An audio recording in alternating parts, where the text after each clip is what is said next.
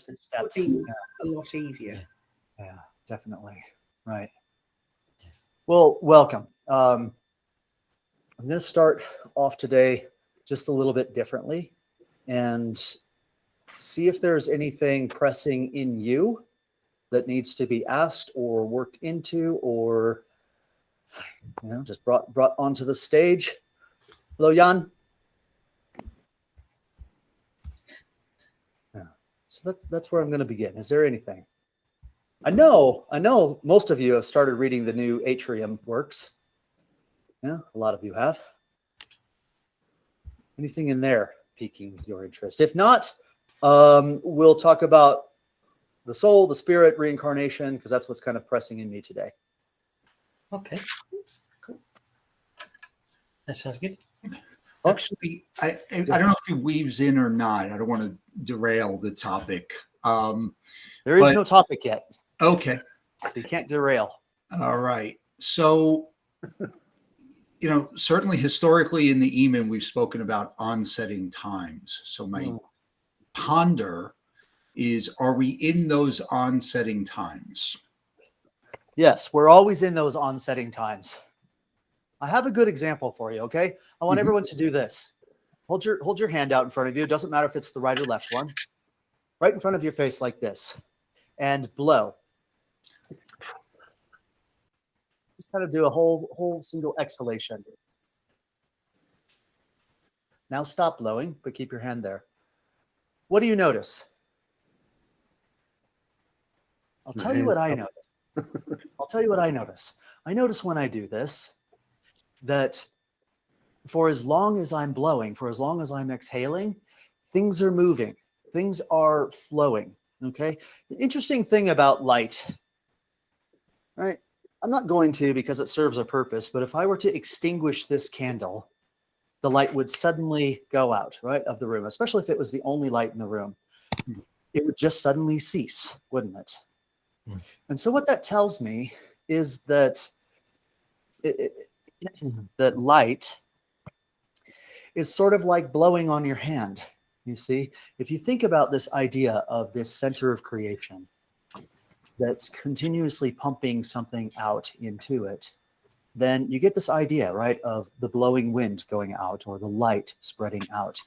If that were to ever cease, the universe would go dark instantly.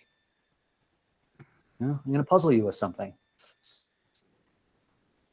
Where does that light come from in the candle?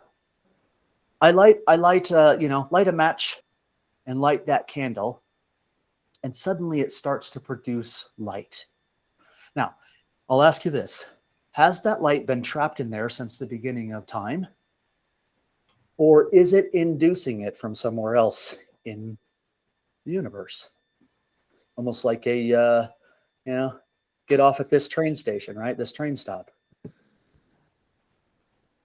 What do you think? From the physics and chemistry side of it, it's kind of a little bit of both.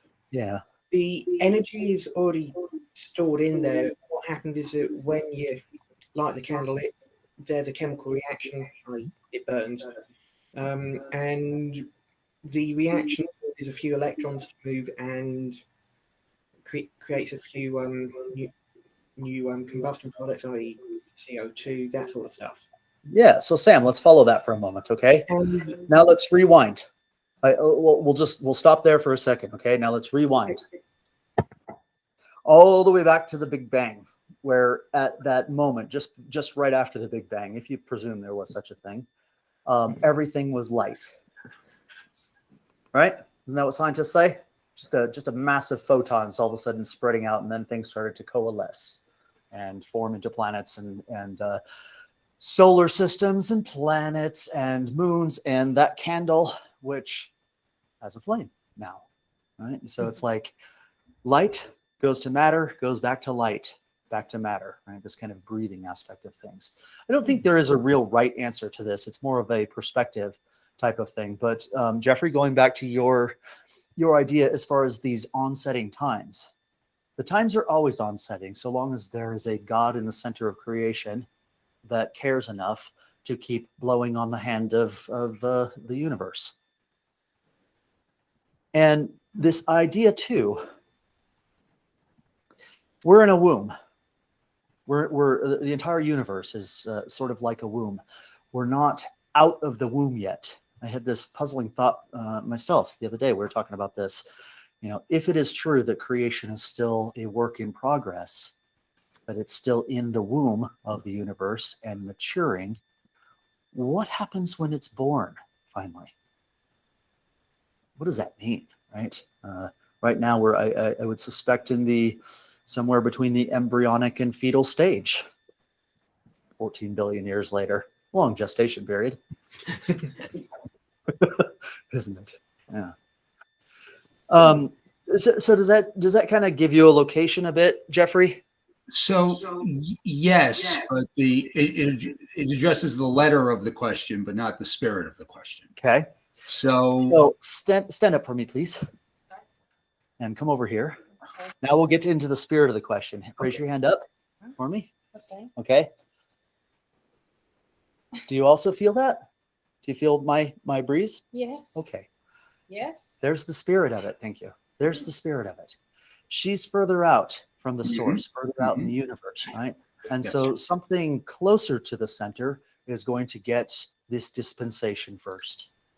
And then it's going to accumulate. Unlike blowing on your hand, it acquires a certain substance value. You see, so as it passes through closer to the core of the universe, whatever that is, it gains things. It gains natures. It gains momentum. It gains intelligence. And when it washes over our planet, which is also part of this expansion right now, this pregnant universe, it brings these new permissions. I'll give you an example. I mean, a very, very simple example. If you care to look into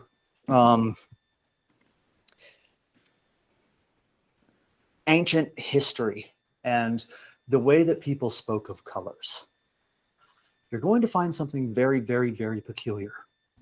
Worldwide, it would seem that humans didn't always see the colors that we see now.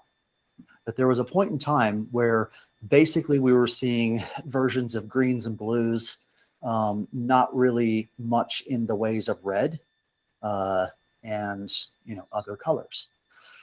You can read like Homer, for example, as one illustration of this, where he talks about how the color of the sea is like the color of wine, right? It's almost like you go, well, wait a minute, he wasn't describing a red sea nor a blue wine.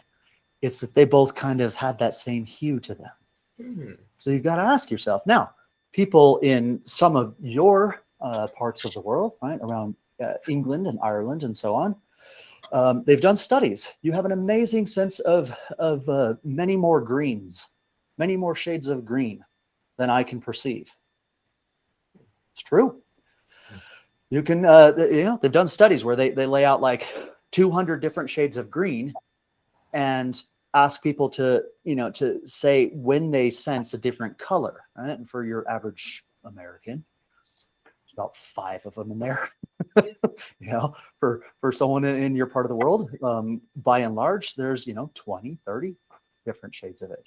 So going to this idea of something washing over the planet, and we've talked before about permissions, not permissions as in you are allowed, but more in the sense of you can, right? It's an opportunity. It's an opportunity to take up something, that's just newly emerging. Or I should say, newly emerging for us. Could be 14 billion years ago for the center. Now to dive deeper into the idea of uptake, because I think, Jeffrey, that's where you're really headed with this when you talked about the sentiment of it. Yes. Is that how do you do it? Well, I think first before that is a recognition, so a detection first. Okay. Of what it is, you mean? Or how it shows up, right? So I guess what's distinct of this time that perhaps if we look at our lives 10 years ago, 20 years ago, 30 years ago is distinctly different, and then perhaps uptake. Yeah. Well, I'll tell you one difference. Start at the opposite end that you might think I would go with this.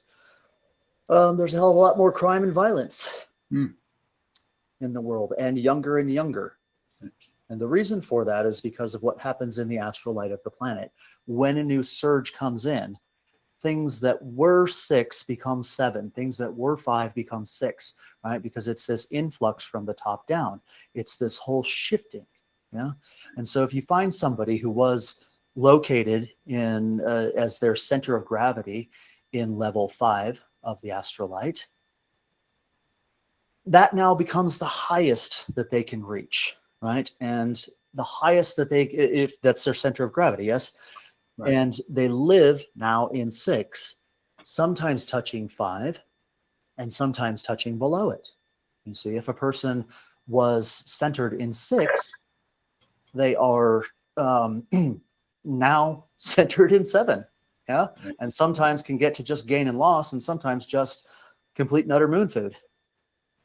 Right? Below whatever that is. Can't even understand, yeah, what that would be as a human. So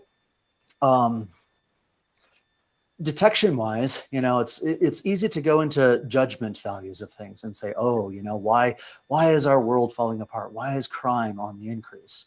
And honestly, it will fade, it will pass, okay? Because after this influx has a chance to settle with people, then the state of being will be higher.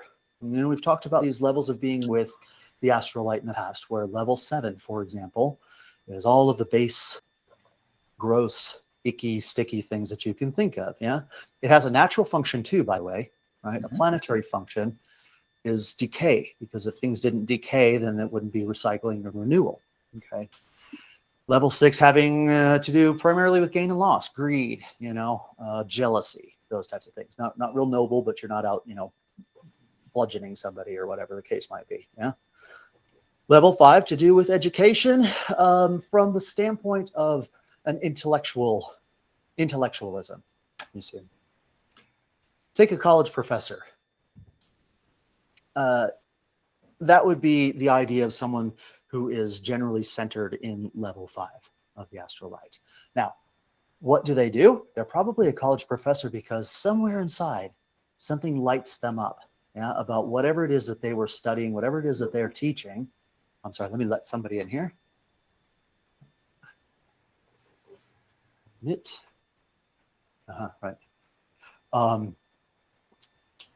Yeah, they have that spark. They have that something that they reach to. And so they want to go out and they want to do research into it. They want to understand, yeah, the deeper aspects of things. Perhaps they wrote a thesis on it in college and it lit them up. You see, there's also the other side of that too, the level 6 side, because in order to maintain your professorship in most universities, you're required to publish, right?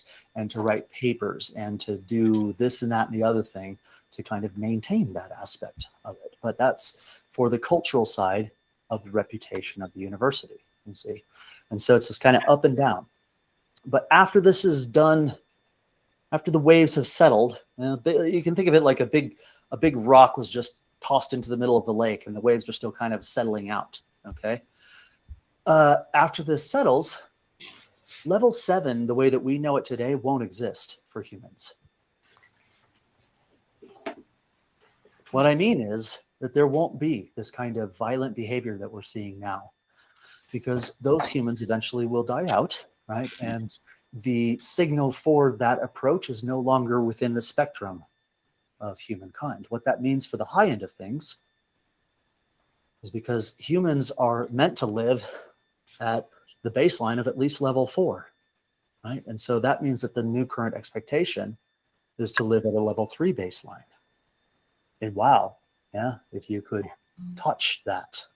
I'm talking about the realms of God and creation itself at that point. Okay, so there's a little run about what's changed and the reason why. Where does that sit with you right now, though? I need to continue on that, or should we go into how to do it? For me, that sits well. It explains a lot.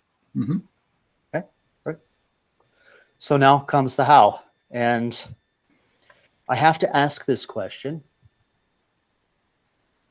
of each and every one of you, and I want you to attempt to make an answer, whether at least in your own mind or verbally towards me. But why do you have a body? Why do you need this? Do you know? Have you ever thought about it? I think if you ask a lot of people, they would almost say they would prefer to be in some sort of ethereal spiritual form. Why do you have this? Yes. I think because it's a game on the planet Earth. We have to find light here, and it's a hide and seek. The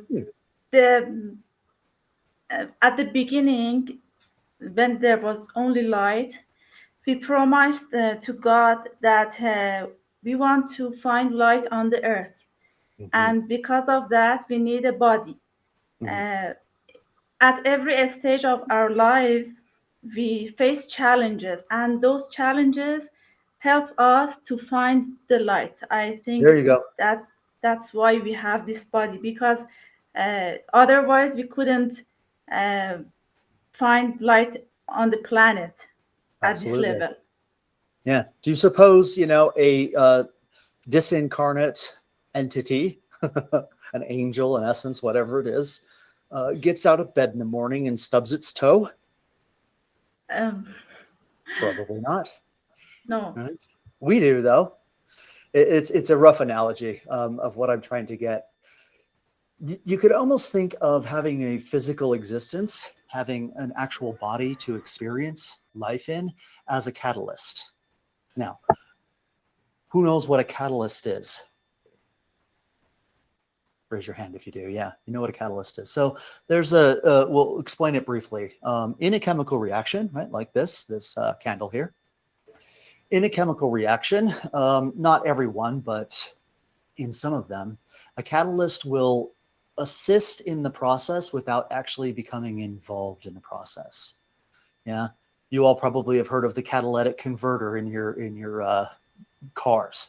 What it does is it's a bit of platinum, right? And as the fumes of unburned gas go over it, it tries to help them combine with the heat of the exhaust. They combine so that it renders them less harmful to the environment. The platinum itself doesn't wear out, but if it wasn't there, that combination wouldn't take place. So now you have to ask yourself, what's trying to combine with what? And I knew this would get into reincarnation. I'm not sure if it's because I'm steering it that way or if it's what needs to be talked about in relation to your question, Jeffrey. But let's go there, okay? Because it feels like it's pressing to do so.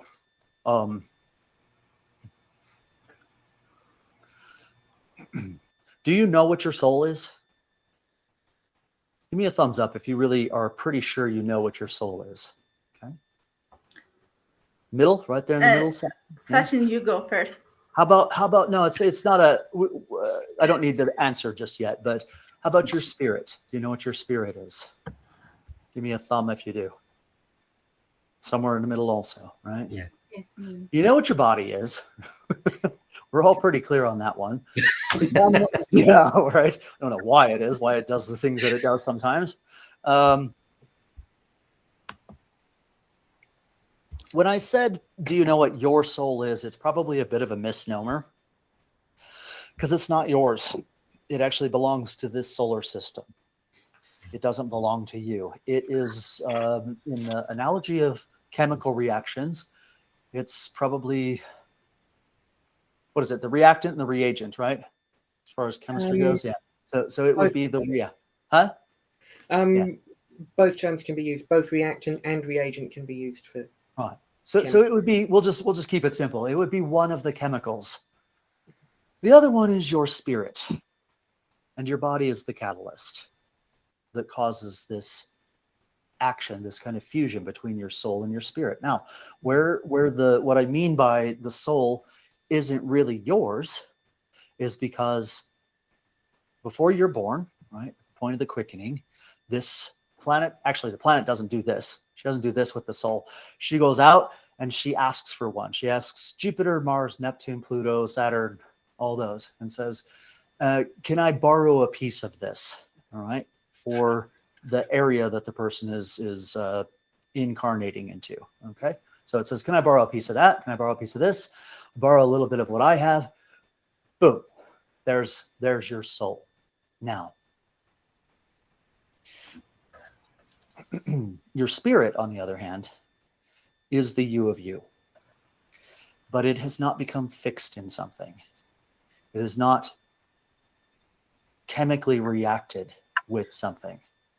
And so the interesting thought comes that you can live the same life over and over and over again. Do we have a bit of paper? I want to demonstrate something. Huh? Nah, it's okay. I'll use chalk. Okay. People ask this question, right? Why would you continue to incarnate back into your own life? Yeah, I was born in 1972. I die. If I don't kind of cause this fusion between my spirit and a soul, not my soul, I could very well be born right back in 1972 and just go over and over and over again. And here's the reason why, because long, long ago, in a galaxy far, far away, your spirit said, you know, I'm incomplete. I need to know something. I need to have an experience to be able to cause another step forward in my perfection. Okay. And what it did is it looked down, and I'm looking at the carpet as though it's somewhere in the universe. Okay. But it looked down and it said, that spot right there. Okay. And I'm referring, if you can see it, I'm referring to this little flower right here. It said that spot right there. And ooh, so close. Okay. But I was in the vicinity. I didn't end up there. Let's try again. You see, and I can repeat this over and over again. It's the spirit trying to say, this is the lesson I need. If only I could hit the mark one of these times and get that experience. This is why you would go back into it, because it has a goal. It has something that it's trying to learn. Now, this is interesting because people say, oh, you know, I've reincarnated. I used to be whatever, Cleopatra, you know, the janitor for whatever. Doesn't matter. The thing is that could very well be the case, but that was one step. It doesn't really matter so much right now, even if you were Cleopatra, yeah, or Da Vinci or something like that. It just doesn't matter now, because if that was the case, if you learned that lesson and are no longer Da Vinci, living out Da Vinci over and over and over again, that means you got that. You now know what 2 + 2 is, and you can move on to what's, 5 × 9. You see a different lesson in there. That may or may not help you. In most cases, it does. But it's this fusion, you see. So to get out of one role, one repeating role in life, you have to ask yourself what it is that you're supposed to do, what you're supposed to learn, what it is that you're supposed to know. And the fact of the matter is that if you look at your life, it's probably staring you in the face your entire life. Coming up in one of the atrium lessons is an exercise where you go through, you take a notebook and you begin to document your life. Not in great detail. You're not writing an autobiography, but you're like, the things that stand out. Oh, I remember when I was a kid, like this impacted me. This influenced me. Oh, I remember meeting this person who really influenced me. We all have these kind of salient moments in our life. And I tell you what, if you take the time to do this and figure out what it is that they're all pointing towards, you'll know what that is, what that lesson is. And the reason why is because the higher view of you, the spiritual aspect of you, a long time ago in a galaxy far away, tried to drop you here to have that experience. See? Now, here's the interesting part.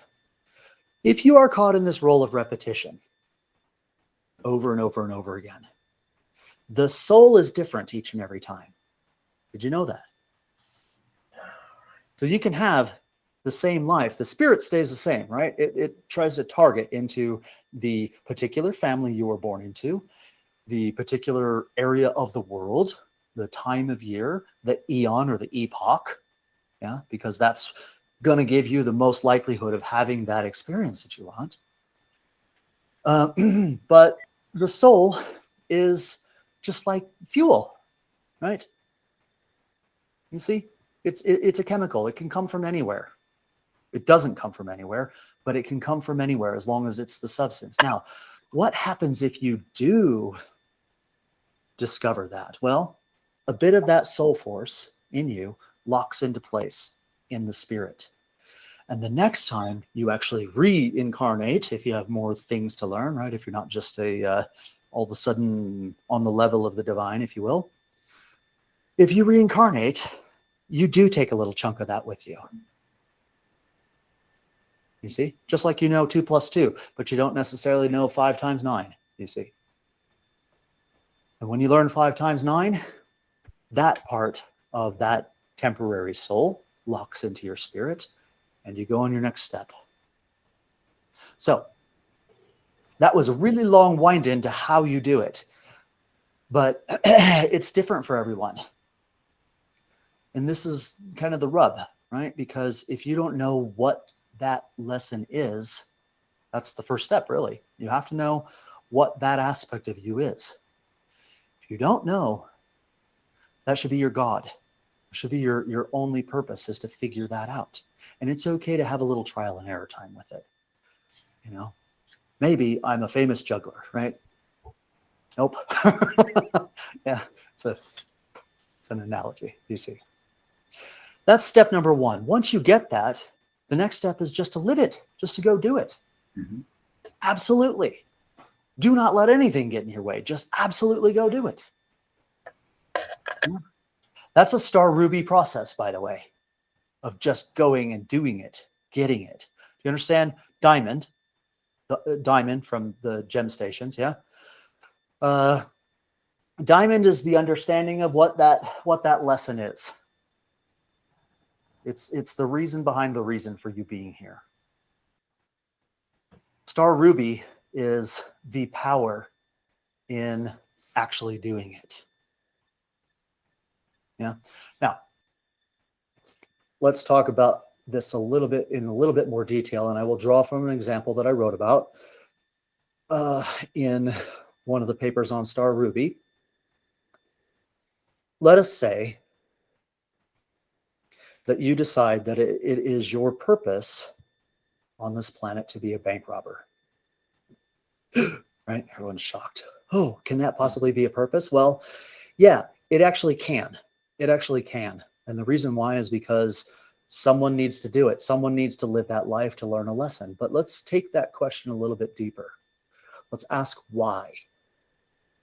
Why does a person need to be a bank robber? And if a person is writing down in their little notebook saying, everything in my life points to the fact that I should be a bank robber, and they go out and become a bank robber, well, they're going to learn a lesson, right? And it may just be the lesson that they needed to learn in this life. Yeah, they might end up incarcerated.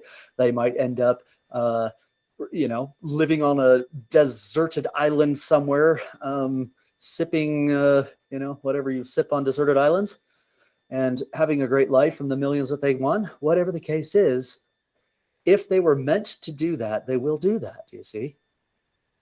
Now, let's take it, like I said, let's take it deeper, because you can say, okay, maybe that's just a wish. Maybe a person sits down, they look at their entire life and they go, I wish I was a bank robber. That just sounds wonderful, right? Just sounds so interesting. Yeah. Now you ask yourself, why? Why does that sound interesting? And a couple of different answers can come out of it. One answer could be because I am flat broke and I can't support myself, and I'm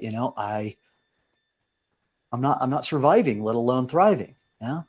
And so now you take that will, what you're actually here to do, and you can say, okay, so it's not necessarily to be a bank robber, but it is perhaps to thrive. Perhaps you've never had a life where you have thrived. Or it could be because a person wants to become famous, right? The infamous bank robber, yeah, of Fort Collins, Colorado. Yeah. I'm not a bank robber. But then you can ask yourself why. You see, it's not necessarily that you need to be a bank robber, but maybe you feel undernoticed or unnoticed completely. Maybe you want to be seen. Maybe you want to be heard. Yeah. So you can take a diamond process. Diamond is always like going behind the scenes of behind the scenes of behind the scenes, as far back as you can go. That's a diamond level process.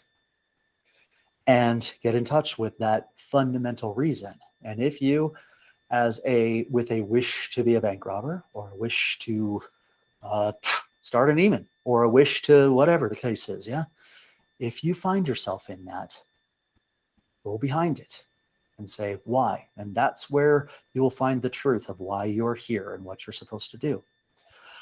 You do that, next. Yeah, because that will cause the fusion that you need. Now, I do have to say something here. Because that sentiment borders on, when I said it is just your job to go do it, that sentiment borders on something that tried to make an appearance around the late 1800s on the planet, called Thelema, I think it is. Okay, it's the Aleister Crowley, "Do what thou wilt shall be the whole of the law," and all this sort of stuff. In its essence, in its core, that was a star ruby process. The problem is that he never touched star sapphire. Star sapphire is the containment of that. Okay. And so that's why a thinking like that can be dangerous, because it's completely lopsided, completely one-sided. You see, just go out and do whatever the hell you want leads to a world that doesn't function anymore. Yeah. So I did want to throw that bit in there because it's important when we start talking about living your true will or living your true purpose. No matter what that true purpose is, that's star ruby. Star sapphire is a different process. Star sapphire is what allows things to be contained. It allows aggregation. It's the womb of creation. Okay. So where does that leave everyone? Do you understand the how, Jeffrey? The how is up to you.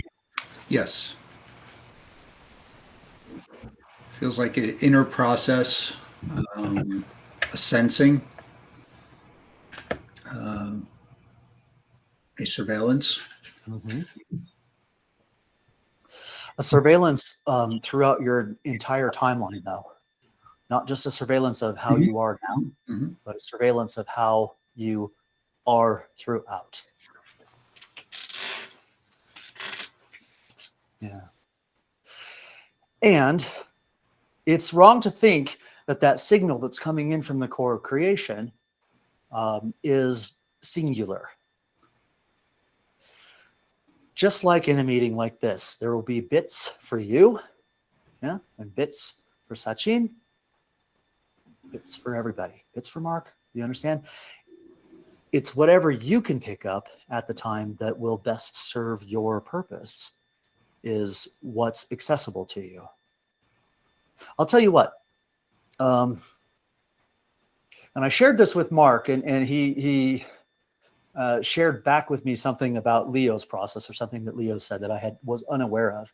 But when I write these things that you guys all read, when I write those, I don't really know what's being said. I catch so very, very, very little of it. You know, if you go back and say, oh, Pierce, you know, that thing that you wrote on Topaz, for example, you're like, I don't know what you're talking about. Okay. I hardly get any of it because it's a process. And there are bits of it when I write this that are for me, right? That I can actually derive benefit from, but there are parts that just aren't. They're just not for me. Maybe they're for you. Maybe they're not for you, right? Maybe they're for somebody. That's the thing. And the other thing that I've noticed too is that I have a strong aversion to going back and rereading them. I can't reread my own process. It's old to me. Yeah. So I was trying to catch that new thing. Right, Mark? You shared something about that. Yeah. Yeah, that's right. Yeah. Yeah. I hate watching my own videos too. Yeah. I can. Not because I don't know what to do with my hands, or I'm stranged out by my voice, or anything like that. It's because for me, once that process has gone through, it's gone through. Something else needs to come in. Yeah. Yeah, that's something that I can relate to, because when I watch the videos, I'm comfortable listening to what everybody else has said.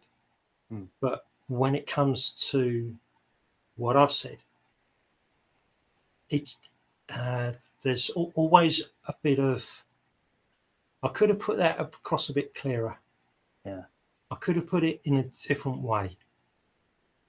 Yeah. But this thing that you brought up about Leo only catching a part of it. He spoke about it. I can tell you the exact meeting. It was a meeting that was called the Ghost Seminar. Right. And he hadn't any intention of saying about how much he caught. It was something that happened during the tea break, and he called people back in to explain about what clairvoyance was. And what he mentioned was that when things are coming in through him, he only understands. No. He only gets half of what is coming through him, and he only understands half of that. Yeah, that's about right. Yeah. There's quite an important thing to think, because there's so much work that has come out even in these last few months, and to try to catch it, learn it, I should say, it's just too much. Yeah. It's important. You mean with the works that are coming through this engagement? Yeah. I mean, the way I've been approaching it is to read through it myself, and then the three of us will then sit down and go through it. Yeah. We actually find that it's best to go through it ourselves first, and then to meet as the three of us. Yeah. And it's much more potent. What comes in, the electrics that comes in, is much stronger than if we try to approach it together as the first read through. Now, as to what the dynamics and the cause of that is, I don't know yet. But that's how it works best. Well, So, yeah. You've got a trio dynamic right there in your house. That's part of the reason why. Right. Okay. Why it's working that way, because you are plowing the roads, right? Yeah. You're out there ahead of it and plowing through it to kind of make a path for it to be possible for your family, and rightfully so. Rightfully so. Not because you're a man, but because it is part of how you are as an entity, as a being. Yeah. That's part of you, right? To waymake. You're a waymaker, path maker. Yeah, that's true. Because when the next, as each release comes out, because we find it easier to read off the paper than off of the screen. Huh. The first thing that I do is to convert it into a Word document, and Okay. then print 3 copies out, so that we can then have it to work on as we find best individually, and then to come together. Yeah. But it's that as soon as it comes out, within a few hours, I'll have made that document, and it's not just a document right from the work. I didn't do it just for me, but for family. Yeah. One thing you'll find interesting, and you've probably noticed this, I've started dating them of when I finished them up, and Yeah. it would be interesting, I think, for you and whoever else wants to do this, to begin taking a registration of things in your day. Yeah, if you have a notebook, just kind of jot down the nature of the day for you. Any kind of thoughts show up for you, those sorts of things. Right. Just jot them down. And then when you get to that, like, oh, look at that. This is what I was doing on January 11th. And I think you're going to start to see some strong parallels, because Yeah. you see, you've opted in, Yeah. right? No matter what it might look like from the outside, I'm not leading anything right now. Okay. If you weren't here, if none of you were here, I would still be doing this work. I literally would, right? Wouldn't have this in front of me. I would just be in my writing chair, but I'd still be doing the work regardless. Yeah. But the fact that you decided to opt in and kind of be a part of this and lend your support to it means that you also must be responsive to the same signal. If you weren't, this would be invisible to you, never would have any resonance for you. So I think it's highly likely that as you stumble across these new ones, as you get to, because I'm issuing them on a weekly basis, for folks. And so if you start today, you won't get your next one until next week. You see the second lesson, but they're dated. So you can, at some point in time, begin to look back and go, oh, wow, that's what I was doing on that day. It's what was going through me. It's what I was thinking about. And I think it'll be kind of confirmational. I'd be highly surprised if any of you came back and said, nope, nothing to do with it. Yeah. Yeah. All right. Well, then, where are we? Molly, how are you? Oh, excited. That's me. Excited about the conversation. I'm excited about, taking registration of the day and, surveillance throughout your timeline, your whole timeline. That's absolutely fascinating. And to me, I'm tickled inside. Wonderful. I will give you a bit of additional information about my process. It's almost always, I'll have it all kind of go through me all at once. Okay. Like literally in a matter of seconds, I'll know what needs to be said, but it can often take me 3 to 5 days to get it out. So if you see, a date at the end of something, realize that was probably an instant process that started 5 days earlier or 3 days earlier, and then found its way of expression. And the reason why is because it's sort of like a step down transformer or a lower gear, right, on a bicycle. How one process is spinning incredibly rapidly. Actually, it's the small one, isn't it? One process is spinning incredibly rapidly, goes through me, like I said, in a matter of seconds. But then the big wheel of my life needs to kind of respond in turn. So you can look at these processes and go, yeah, okay, it probably started. Well, actually, you can tell when it started because I never not write. Okay. There's not a day that goes by that I don't write. So if you look at the date before, and it's like January 11th, and you see the next one is January 17th, then you know how long it took me to get the next bit out. Okay. So just practical note, actually, about that. Yeah. Yeah, I'm curious about the various things that are trying to make an appearance also at this time. I never really thought that I would write anything about Gemrod, which is part of a larger work known as The Jeweled Way. And it's so insistent. I can't not do it. I have to.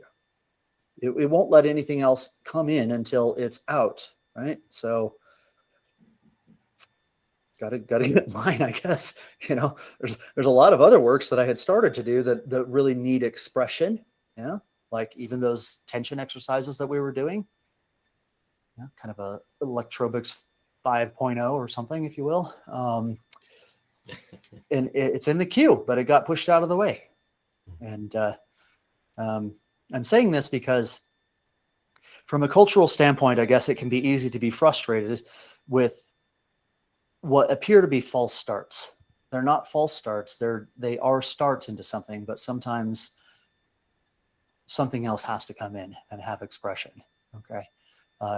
In the end, time allowing, right, for as long as this complex stays alive, I'll get it all out. I don't think that's actually true. I think on my deathbed, I'll probably have just one more thing, right, that I want to get out, and then. But it's not haphazard. It's responsive, and I think, Jeffrey, this goes back to your original question that started all this. Is it being in response to what moves you? Here's I have something that I was hoping to bring up. I think Please. we've got enough time. So going back to electrobics and sort of a little bit of the physical aspects.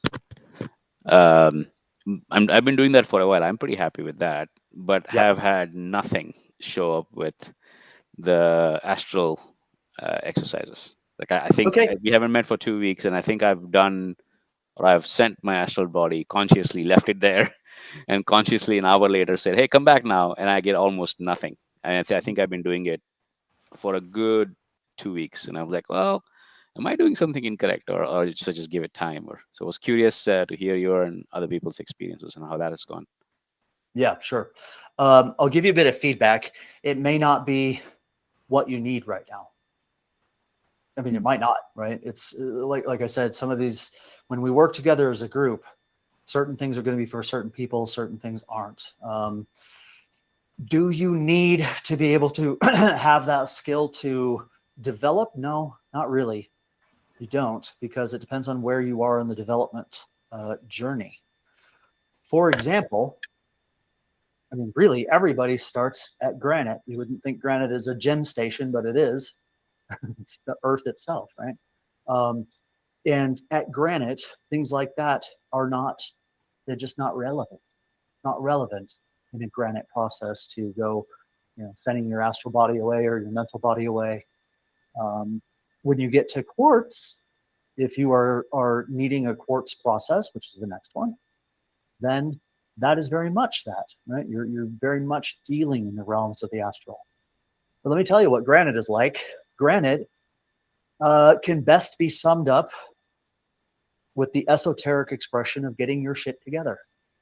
That's a granite process, right? If a person doesn't have the foundation, I'm not saying this is you, okay? This is not directed towards you at all, Sachin. I'm describing a granite process because I don't know your life, yeah? But if a person is in a position where they can't afford to pay their mortgage or their bills, or they can't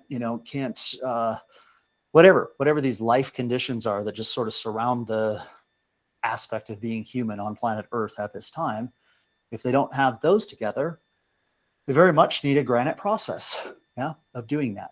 Now, you might already be well beyond that. You might have already gone through quartz a long time ago, many moons ago, and you're in topaz now, in which case the aspect is more along the lines of beauty and sacrifice.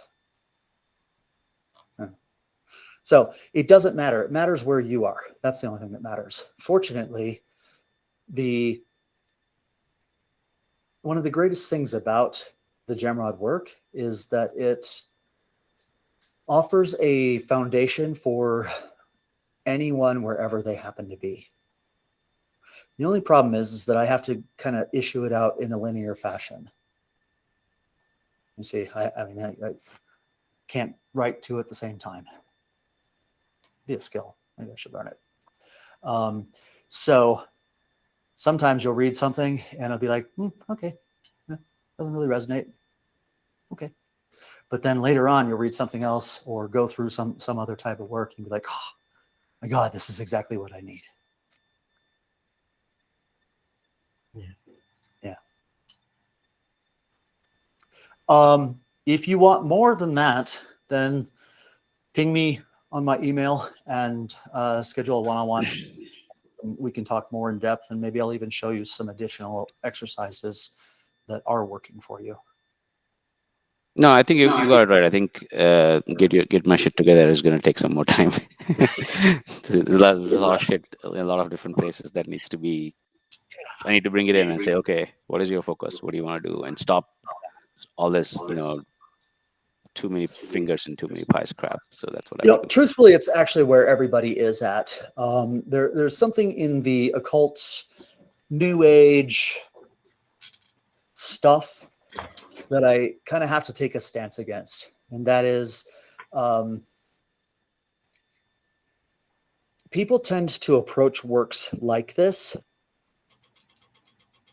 as though they are entitled to it just because they are who they are. And if they don't have their life together, right? If they don't have things together, listen, right? If you don't have your quote unquote shit together, then this work can help with that too. You can actually use tools to get your shit together, right? So you can move on to the next one. But it's work. This is one thing that you'll definitely see, especially when you get into. I'm doing the diamond, star, ruby, star, sapphire in a spiral type of approach. Okay, on the website.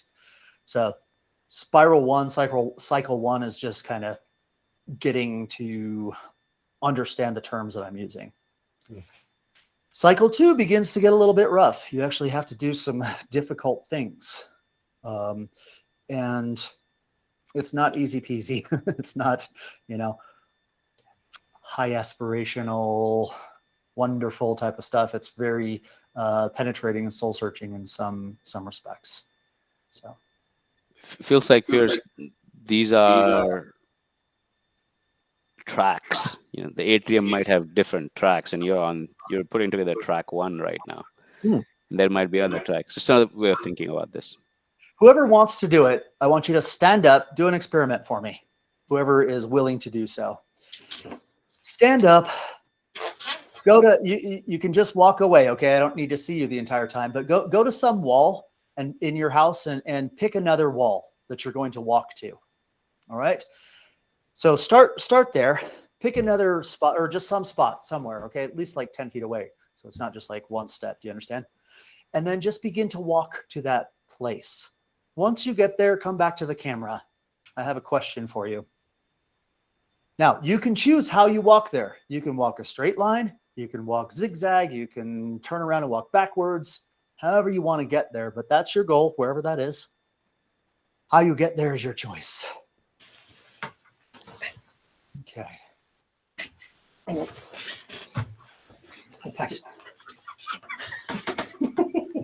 crash into each other over there.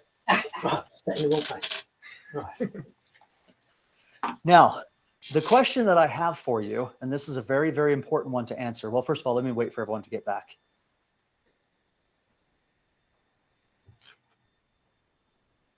And Kimberly, just let me know verbally when you're back because your camera's not on. I'm back. Okay. I'd ask the question if everyone's back, but if they're not, they won't be able to respond, so I won't ask it. Who wants to share their approach, their method, how they got there? Actually, before you share, ask yourself this. Me, not me, but you ask yourself this. Am I occult, esoteric, or mystic? Okay. Am I an occult person, an esoteric person, or a mystic? Don't answer it. Now, if someone wishes to share with me how they walked towards their destination, please do so. I can go first. Yeah, sure. I basically kind of realized what I'm doing as I was walking, which is I'm going to do this at my own pace. I don't give a shit about anything else. And I'm probably a mystic. Okay. Not- Did you walk not- straight to it? I couldn't because there was a kitchen countertop in the middle. Did you but take the shortest path to it? no, Okay. I So did you didn't take meander? the shortest. I meandered a little bit, not too much. Okay. I kind of started to walk, and then I got conscious of my pace and my direction a little bit, and then I just said, whatever, I don't care. Like I consciously didn't give a shit of what I was doing, where I was going. Like I need to get there. Doesn't matter when. Doesn't matter how. Nobody's Okay. standing in my way. If there is, I'll turn around and make a way. Okay, because mom's over here doing her thing. If she comes in my way, I'm going to go around her. Yeah. So it's basically I'm going to do it my way. I'm not going to let anything come in my way. If I'm going to get there, I'm going to get there, and I'm going to do it on my time. That's sort of how the whole thing kind of clarified as I was walking over there. I'm like, this is how I'm going to do whatever I'm going to do my way. So I'm going to tell you, this is what your journey in this way is going to be like. What I would say from your description is that you will start off being kind of occult, but then become esoteric. I'll explain why I say that in a minute. I want to hear from someone else. Who else wants to share their method? Sure, I will. Sure. So I just took a straight line, slow, deliberate. And when you asked me, it was occult appeared. Exactly the other way around. You're esoteric. Yes. Okay. Okay. Straight line. That's esoteric. I'll tell you why in a little bit. Okay. One more, if anyone's willing to do so. Um, Yes, Mahsad. No, Molly goes first. Huh? Molly wants to tell you. Oh. First, Molly. do it. Oh, sure, I'll share. Okay, sure. Um,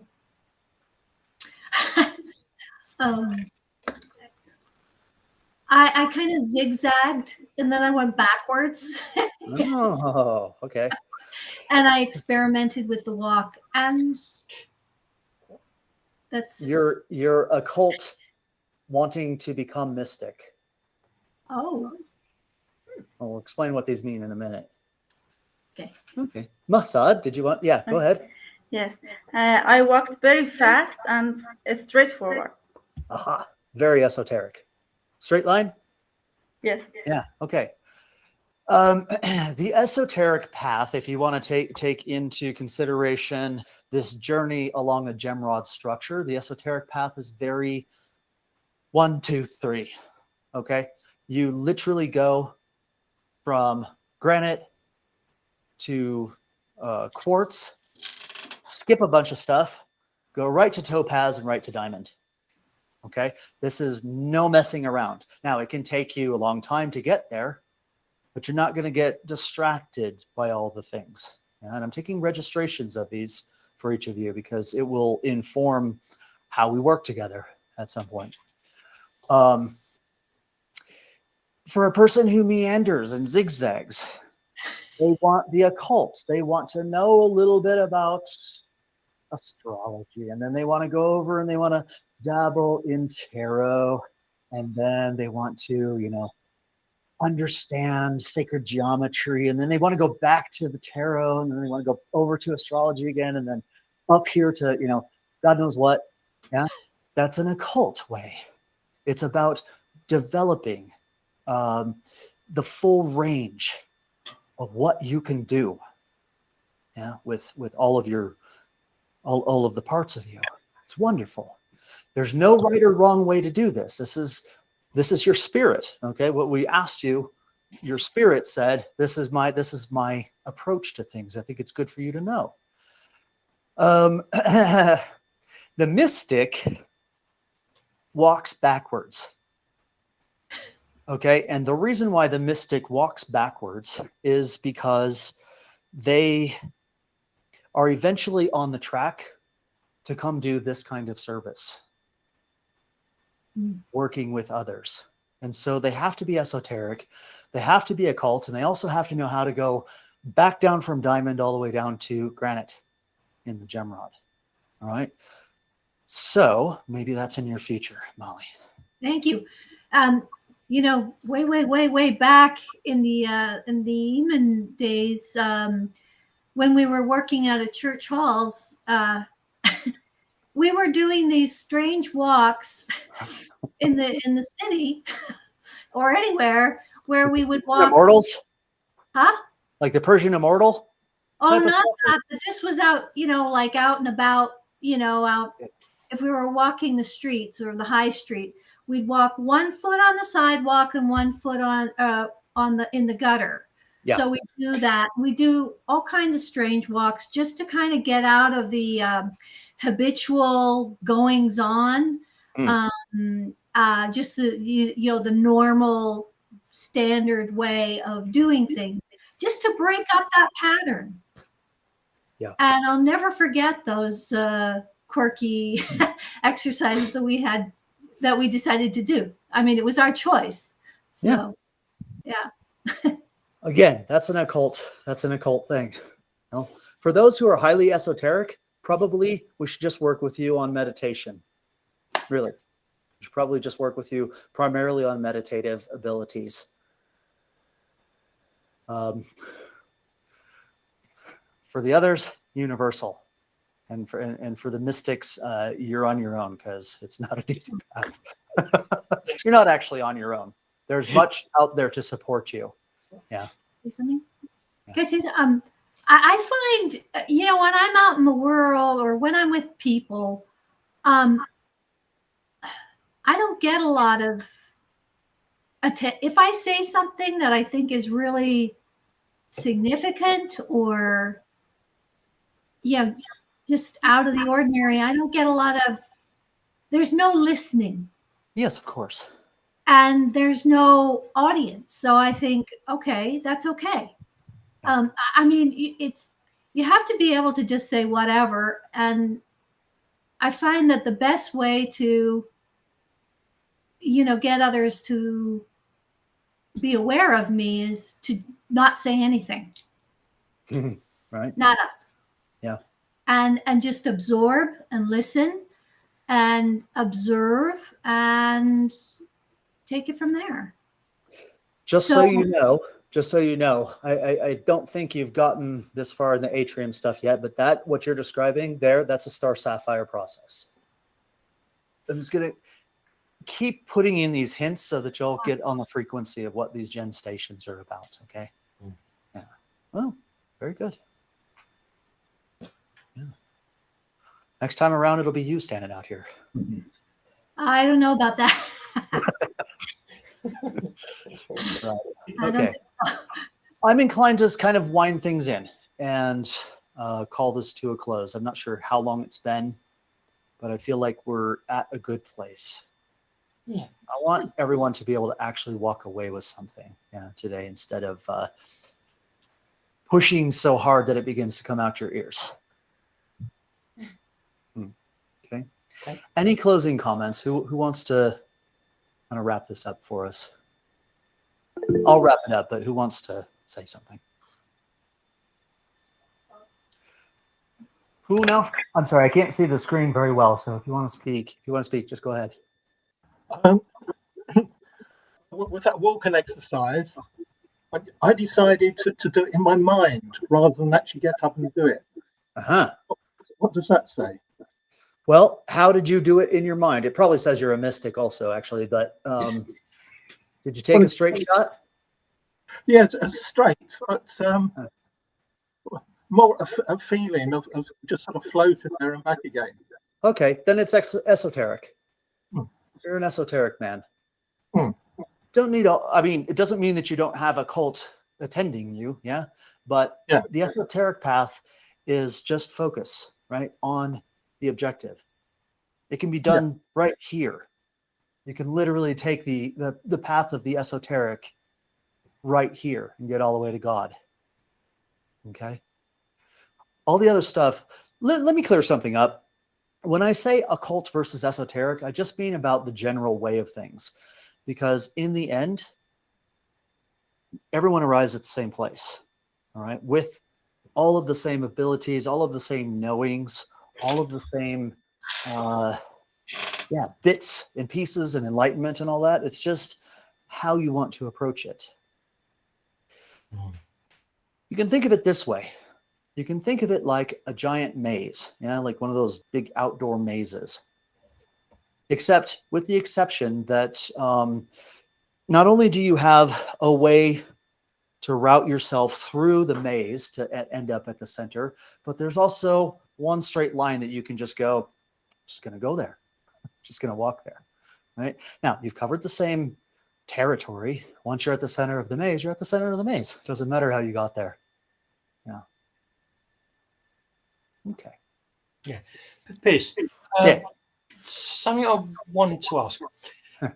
When you're saying about the three characteristics of esoteric, occult, and mystic, are you saying that is how a person predominantly is throughout their life, or how they are at that time?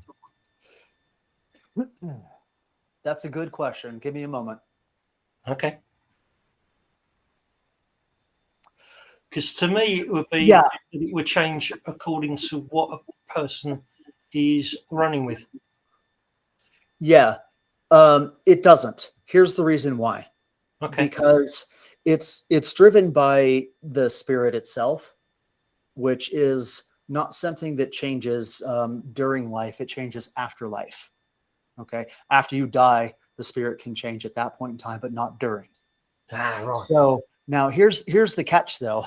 What you're observing is like, you might think, oh, back in my 30s, 20s, whatever, I seemed more occult, and now I seem more esoteric.